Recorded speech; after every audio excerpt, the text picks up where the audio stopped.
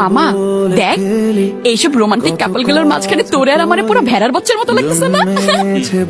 এই বেটা, তুই কি তোর এই হুহা শোনানোর জন্য সাত সকালবেলা আমার ডাইকে আনছিস? প্রপোজ করতে চাই। প্রপোজ? কেমনি কি?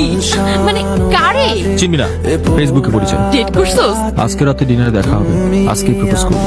তুই যে ইমোশনাল সেটা আমি জানতাম, কিন্তু তুই যে এত বড় একটা বক সেটা আমি জানতাম না। শালার একটা মাইয়ারে তুই কখনো দেখোস নাই, শুনোস নাই, জানোস না, ফেসবুকে খালি চ্যাটিং করছিস। আর কি তুই ফাইনাল ডিসিশন নিয়ে নিছিস তুই মাইয়ারে ছাড়া বাঁচবি না, বিয়ে করে ফেলাবি? হ্যাঁ আচ্ছা মামা, মানে তোর কাছে কি লেগে মনে হইতাছে যে তুই যদি মাইয়াটারে প্রপোজ করস, মাইয়াটা প্রথম কথাতে রাজি হয়ে যাবো?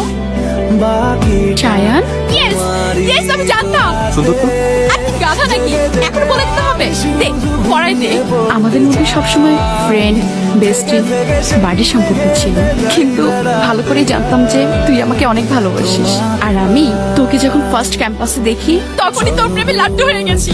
আচ্ছা, তোর এখনো দৌড়ানোর মতো সেই ফিটনেস আছে তো? অফকোর্স আছে।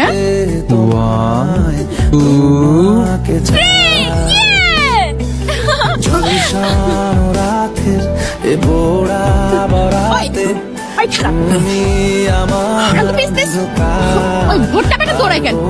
ওইটার ভুল করে এবার রিং আমাদের টেবিলে দিয়ে গেছে।